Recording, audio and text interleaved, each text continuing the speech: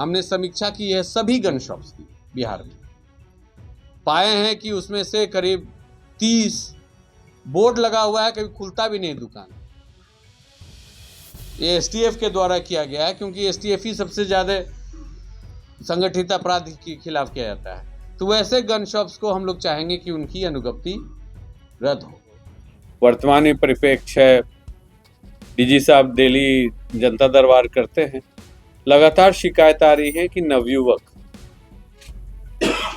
काफी ज्यादा नशा की ओर जा रहे हैं। उसमें ग्लू स्निफिंग भी है, कुछ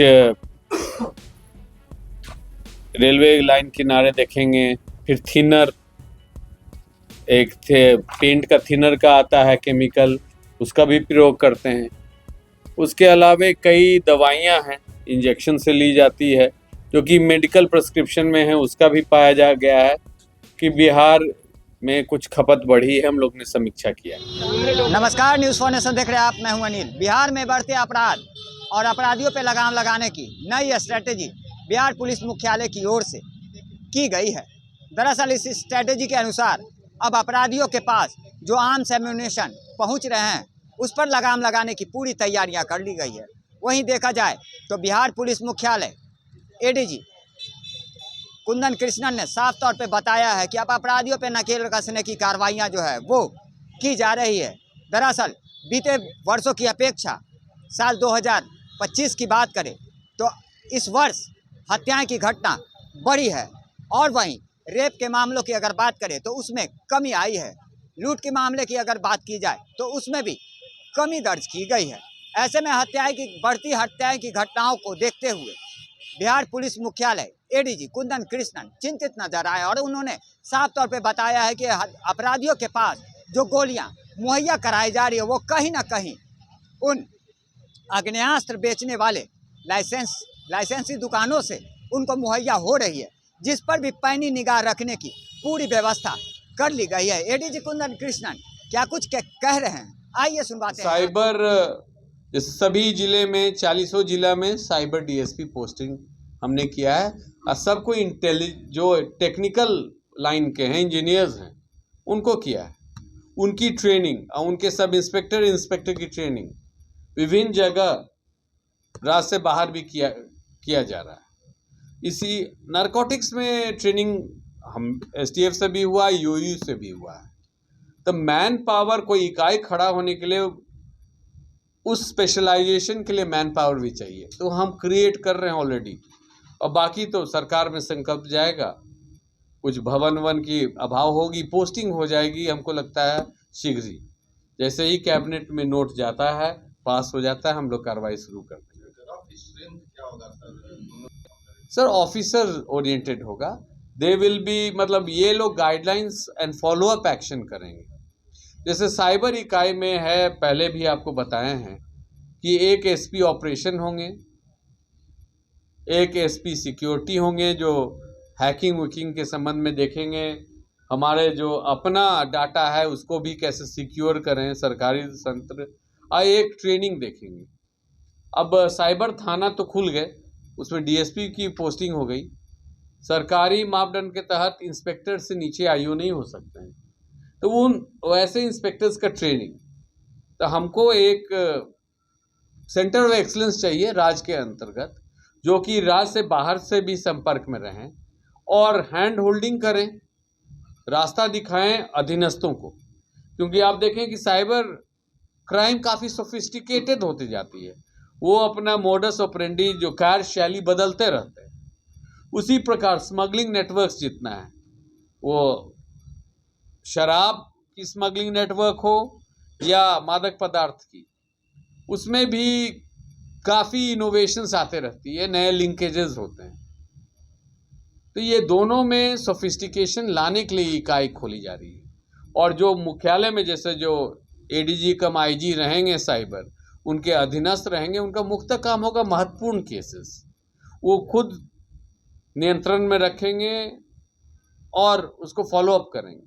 सभी केस, इतने ज़्यादा केस रजिस्टर हो रहे हैं कि सभी का पूर्ण रूप से अनुसंधान भी करना बढ़िया से सरल टास्क नहीं है। परंतु जो डीएसपीज हैं, इंस्पेक्टर्स हैं, जो विभिन्न साइबर थाना में रहेंगे, उनका ट्रेनिंग दिलवाना इनका काम होगा। फिर एक लैब होगा इनके अधीन, साइबर लैब, जो मोबाइल लैपटॉप सीज होके आता है उसका भी तो एनालिसिस और डाटा निकालना, उसका विश्लेषण करना। उसी प्रकार नारकोटिक्स में एनसीबी से तालमेल रखना, नारकोटिक्स क्राइम ब्यूरो हम लोग तालमेल बनाए हैं। इनफैक्ट उनको ऑफर भी किए कि महत्वपूर्ण केस कुछ आप अनुसंधान करने चाहते हैं तो हम लोग देने चाहते हैं। और नेटवर्क्स कहाँ कहाँ से ये नशीली पदार्थ आ रही हैं, कौन कौन बिक्री कर रहे हैं। 2205 मई 31 तक, मई माह के 490 केस दर्ज हुए, 5 महीने में 490। तब ये मतलब कहा जाता है statistics is one form of lie, परंतु हम लोग उस पर रिलाई करते हैं क्योंकि जो दर्ज होती है, दर्ज तो हो ही जाती है रेप की केस। ये कोई इसमें 2-3% ऐसा कंप्लेंट्स आएगा कि मेरा केस नहीं दर्ज हुआ। बहुत सा झूठा केस भी होता है, परंतु मुजफ्फरपुर में 2 हाल ही में केस दर्ज हुआ है, दोनों में लोग गिरफ्तार भी हुए हैं और स्पीडी ट्रायल की प्रयास भी कर रहे हैं। तो ऐसा नहीं कि अप्रत्याशित वृद्धि हुई है। अगर 2004 के संबंध में, अगर 2004 में 2205 और पहला 5 महीना में 490 ही हुआ है। मंथली एवरेज निकालिएगा तब पिछले वर्ष 184 रेप केसेस पर माह हो रहा था और पहला 5 महीना में हमारे यहाँ 98 पर माह हो रहा है। इसी प्रकार लूट में भी गिरावट है, डकैती में भी गिरावट है, हत्या में थोड़ा सा वृद्धि है, जरूर मैं स्वीकार करता हूं।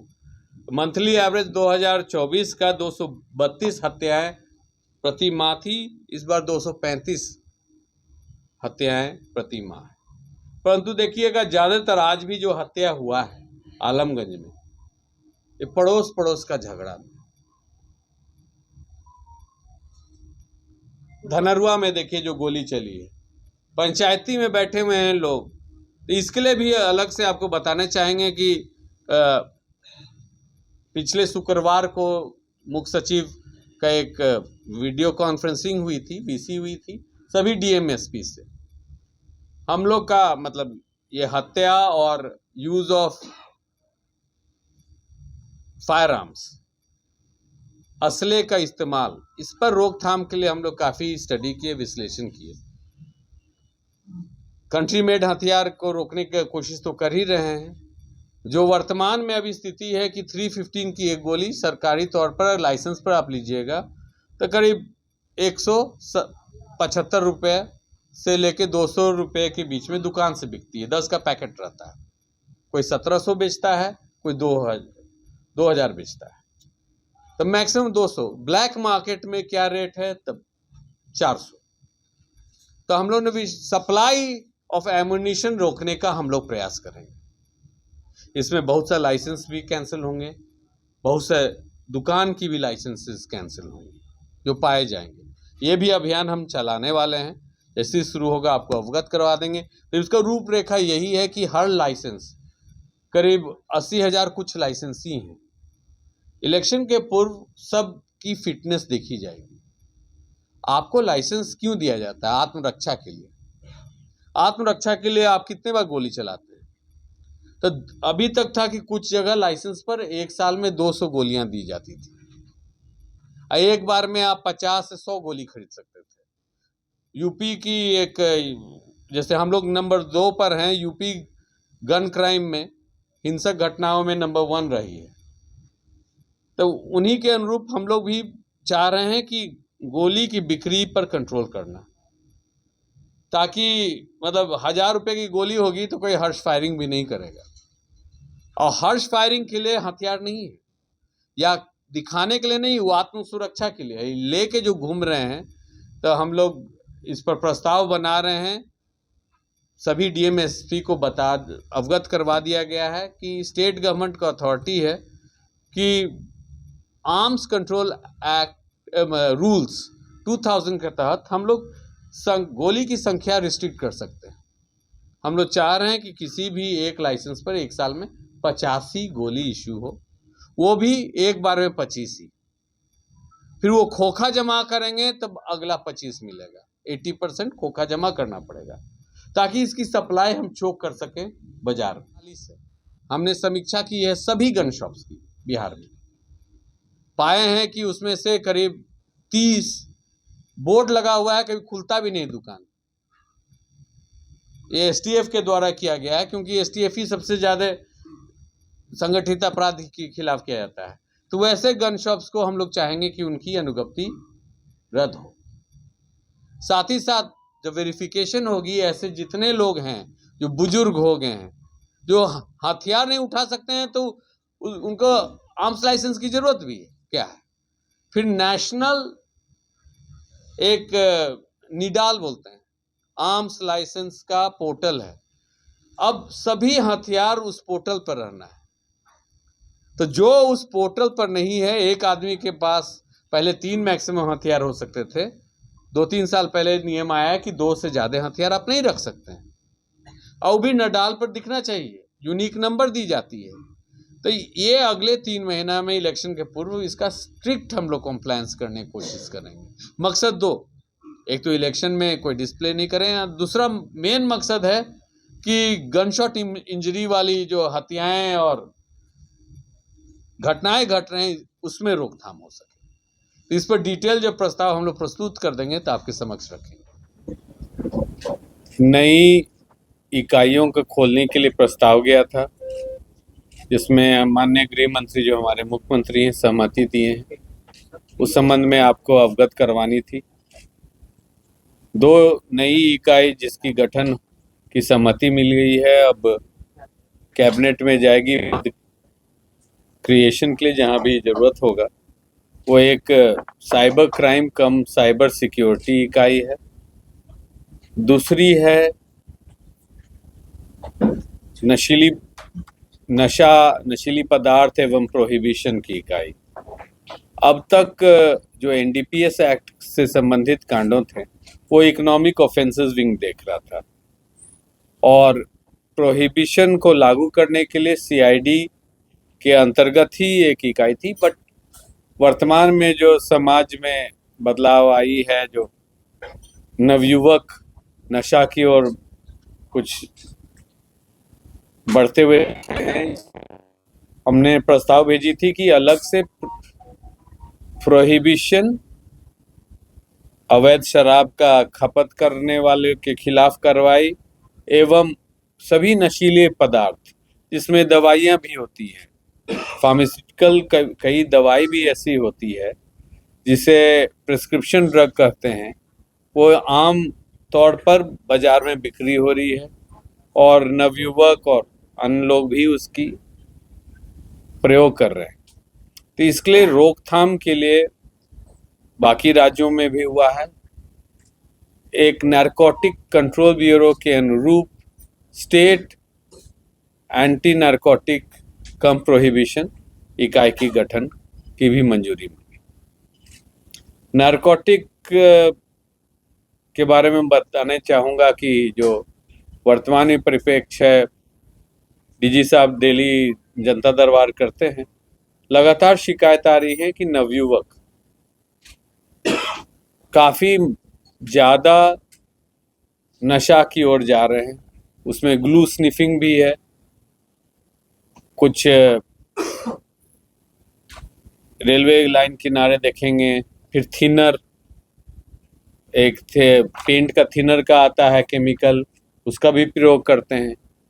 उसके अलावा कई दवाइयां हैं इंजेक्शन से ली जाती है जो कि मेडिकल प्रिस्क्रिप्शन में है, उसका भी पाया जा गया है कि बिहार में कुछ खपत बढ़ी है। हम लोग ने समीक्षा किया। तो इस इकाई का नींव रखने के लिए हम लोग ये कोशिश किए हैं कि पहले इंटेलिजेंस कलेक्ट करें कि किस तरह का मादक पदार्थ, नशीले सामान बाजार में वितरित हैं। यह काम एसटीएफ द्वारा की गई है। जनवरी माह में एक स्पेशल इकाई कुछ 5 ही 6 ऑफिसर्स का हम लोग बनाए थे, जिनका काम था कि किस किस तरह की रासायनिक नशीली पदार्थ या गांजा, भांग, चरस तो हम लोग सब जानते हैं, और ओपियोइड्स क्या क्या बाजार में और कहाँ से आ रहा है। तो इसमें काफ़ी काम बढ़ा। फिर चौथे महीने से जब इंटेलिजेंस कलेक्ट होने लगी तो हम लोग ने छापामारी भी शुरू की है। एसटीएफ पकड़ करके चेन ध्वस्त करना। तो जो हमारे इंटेलिजेंस से कलेक्शन हुआ है, ये मालूम हुआ है कि पिछले 4-5 साल में ओपियोइड्स हुआ पॉपी से डिराइव्ड। पॉपी एक फूल होती है जिसके सैप से बनता है हेरोइन। हेरोइन ही रॉ फॉर्म में स्मैक बोलते हैं, ब्राउन शुगर बोलते हैं, और रिफाइंड में ओपियम हो जाता है। मॉर्फिन उस बीच में होती है। तो ये कहाँ से सप्लाई हो रही है, जो पुड़िया में या इंजेक्शन से लोग ले रहे हैं, इस पर काफ़ी अध्ययन किया गया और इंटेलिजेंस कलेक्ट की गई। तो मालूम हुआ कि नेपाल से भी आ रही है, नॉर्थ ईस्ट से भी आ रही है, यूपी से भी, साथ ही साथ झारखंड से लगा हुआ जो हमारा सीमा है, वहाँ भी काफ़ी मात्रा में पॉपी कल्टीवेशन हो रही है।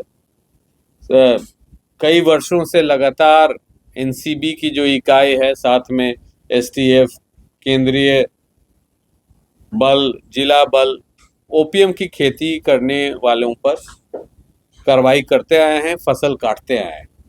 ज़्यादातर ये ओपीएम की जो खेती हो रही है हमारे यहाँ बिहार में जो है, अब कवाकोल में भी पाई गई है, परंतु गया ही बॉर्डरिंग चतरा, पलामू में पाया गया।